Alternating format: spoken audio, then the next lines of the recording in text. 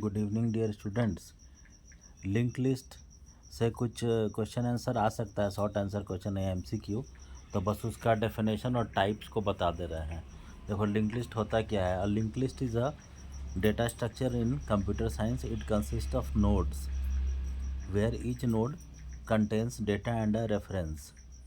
Reference means address to the next node. तो node क्या होता है? नोड को एरे की तरह एक मेमोरी लोकेशन समझ लो, लेकिन एक मेमोरी लोकेशन जो है दो पार्ट में डिवाइडेड होता है लिंक लिस्ट में। एक में डेटा स्टोर होता है मतलब वैल्यू, और दूसरा में एड्रेस स्टोर होता है। ठीक है, तो this allows for dynamic memory location and efficient insertion and deletion operations.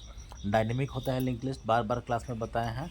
Link list को साइज़ देने का ज़रूरत नहीं है, जितना एलिमेंट इंसर्ट करोगे ऑटोमेटिकली कंप्यूटर उसका साइज़ उतना कर देगा, और इंसर्ट करोगे एक्स्ट्रा तो साइज़ ग्रो कर देगा, डिलीट करोगे तो साइज़ को श्रिंक कर देगा। डायनेमिक वही होता है। ठीक है, और लिंक लिस्ट में का हर एक एड्रेस, हर एक बॉक्स में, हर एक नोड में दो पार्ट होता है। एक में डेटा होता है, दूसरा में एड्रेस होता है। तो एड्रेस किसका होता है? अगला वाला नोड का। ठीक है, और सबसे आखिरी वाला नोड में क्या होगा? तो खाली रहेगा एड्रेस पार्ट, नल स्टोर्ड रहेगा। तो लिंक लिस्ट भी तीन तरह का होता है। देखो इमेज को एक्सपेंड करके दिखाते हैं। सिंगली लिंक लिस्ट, ये इमेज में देखो हर एक नोड का दो ही पार्ट है, डेटा और रेफरेंस। तो पहला नोड में डेटा तो मतलब डेटा पार्ट तो वैल्यू कंटेन करने के लिए हो गया, और रेफरेंस पार्ट में क्या होगा? अगला वाला नोड का एड्रेस। फिर दूसरा नोड में तीसरा वाला नोड का एड्रेस, और अगर तीसरा वाला नोड आखिरी नोड है तो उसका रेफरेंस पार्ट नल होगा। तो ये होता है सिंगली लिंक लिस्ट। इसके बाद होता है अब देखो एक और लाइन का definition. In simple words, a link list consist of nodes where each node contains a data field and a reference to the next node.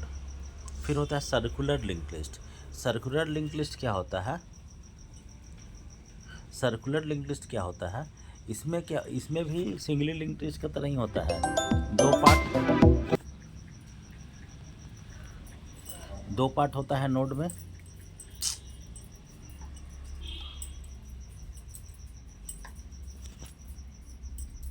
दो पार्ट होता है नोड में। सॉरी, फ़ोन कॉल आ गया था।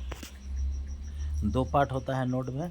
इसमें भी पहला नोड अपना रेफरेंस पार्ट में दूसरा नोड का एड्रेस कंटेन करेगा, दूसरा तीसरा का एड्रेस कंटेन करेगा, और तीसरा नोड अगर आखिरी नोड है तो वो पहला नोड का एड्रेस कंटेन करेगा। अब आखिरी नोड का जो एड्रेस पार्ट है, रेफरेंस पार्ट, वो नल नहीं होगा, क्योंकि सर्कुलर है ना, सर्कल फॉर्म कर देगा।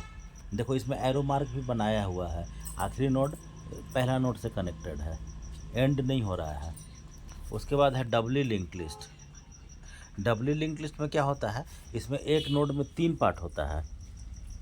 पहला वाला होता है पीछे का एड्रेस, और आखिरी वाला होता है आगे का नोड का एड्रेस, और बीच वाला जो होता है वो डेटा पार्ट होता है, डेटा स्टोर करने के लिए।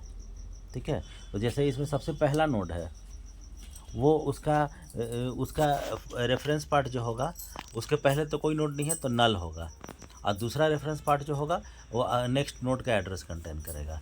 उसी तरह से सेकंड नोड जो होगा वो पहला वाला रेफरेंस में फर्स्ट नोड का एड्रेस कंटेन करेगा, और दूसरा वाला रेफरेंस में थर्ड नोड का एड्रेस कंटेन करेगा।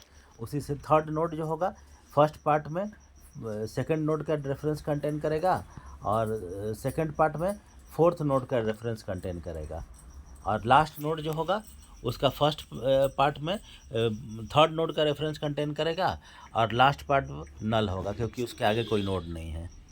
बस यही जानना है तुम लोग को थोड़ा सा।